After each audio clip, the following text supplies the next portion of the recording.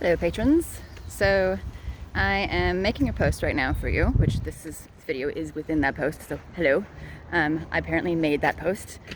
And I am sharing information on my new drawing, Synchrony, which is a hand-engraved copper etching through oil paint of a field of pyramidal neurons in the hippocampus. And I wrote a description about this piece in a couple ways. So I have it in science speak, I have it in human, and I have a metaphor. But this is kind of a complicated topic, and I think it's really beautiful. And people understand things in different methods. I actually do really well with listening to someone explain it like a lecture. So I thought I'd just talk about it real quick for anybody else who works really well with kind of a lecture format. And I'm just walking to school right now, and I thought this would be a good time to chat with you. So, okay. So here's what's happening with the drawing. This piece is meant to be we're gonna go this way because that sounds a little bright.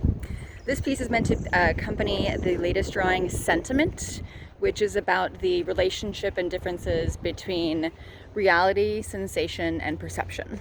And there's another post that I will put a link for that you can look at for that. I'm not gonna talk about that one right now.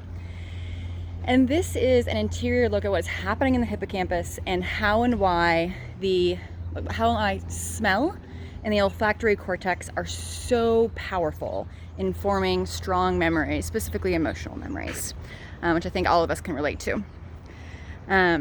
So I did a deep dive and I found some really great research.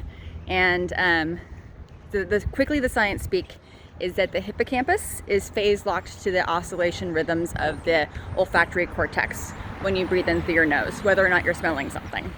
And that sounds complicated, but basically what that means is a region like the hippocampus has a local field potential firing rate that it usually fires at.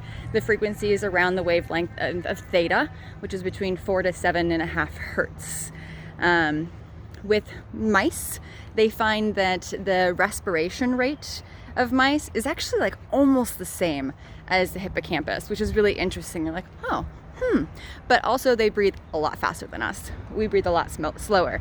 So this is a long description. I really hope that this is actually helpful, not just a confusing rant. Okay, anyway, so even though when we breathe in, our respiration rate is slower and it doesn't equal the same rate as the hippocampal firing, the frequency, the rhythmic oscillations of the olfactory cortex when stimulated by breathing in and having just like perturbations from the air or from smelling a rose, that modulates and it changes and modifies how the hippocampus is firing and when it's firing. And so how the brain is forming memories, sending it to the cortex for long-term storage and pulling it back out for retrieval is closely locked to breath, which is very cool. So that's that part.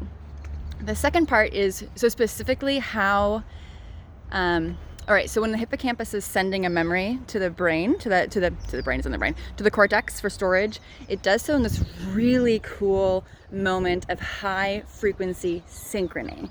It's, from what I've read, one of the most powerful representations of synchrony in the brain, where 50,000 to 100,000 neurons fire together. And they do this to send, like, they're bursting, like, okay, this memory, we're gonna keep that one. And so it takes that moment, that experience, that data, this video, and it sends it to the cortex. And it does this in what's called sharp wave ripples. It's in a gamma range, and that's one of the pieces of data I drew this with.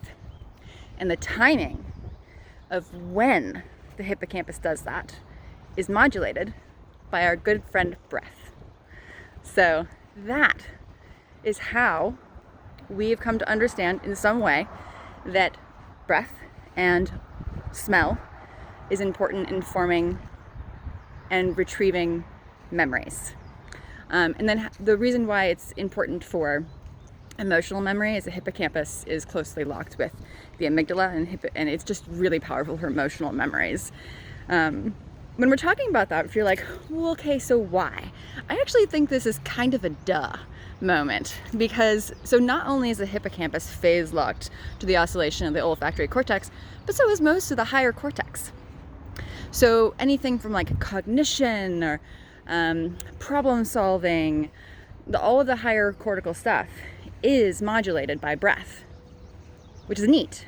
And also kind of a duh as far as I'm concerned, because obviously you're going to want to have the brain firing in context to when we're getting oxygen, right?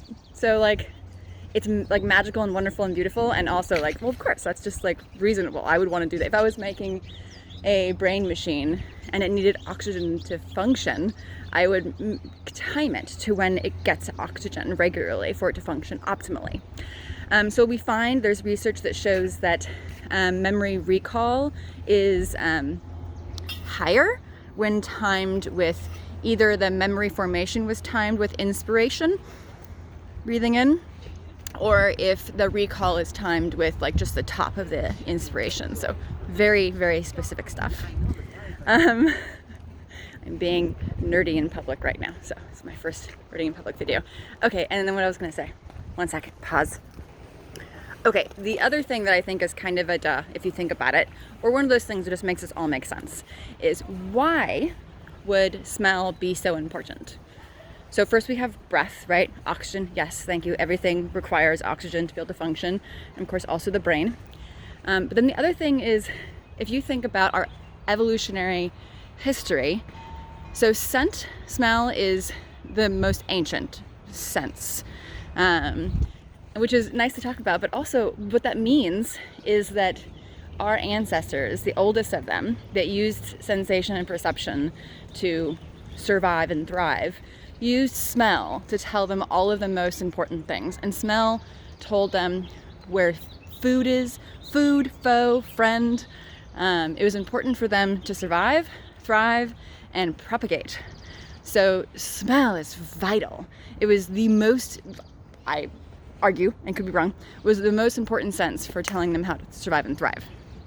So now when I think about this powerful experience I have when I smell moss, I love the smell of moss, or anything like this, and it provokes this strong emotional reaction and strong memory, I feel this gratitude to my like protist buddies, you know, from our really simple, amazing, incredible ancestors, you know, millions of years ago, because the ingenuity that biology came about with to survive in really challenging circumstances with very simple bodies allows me to experience complex experience of like an incredible moment of just pleasure and curiosity. And so this is one of the things that I find really great about studying science and creating art, is forming these connections between, you know, what could be a simple lived experience to like the complexities of evolution in the brain. And this is just, it makes me feel grateful and excited. And I love this piece. It's called Synchrony. I hope this video helped. If you have questions, let me know. And if you like this wandering, chatty nerd talk, let me know, and I'll make more of them. Right. Bye. Oh, yes, there will be prints of this piece. Yes.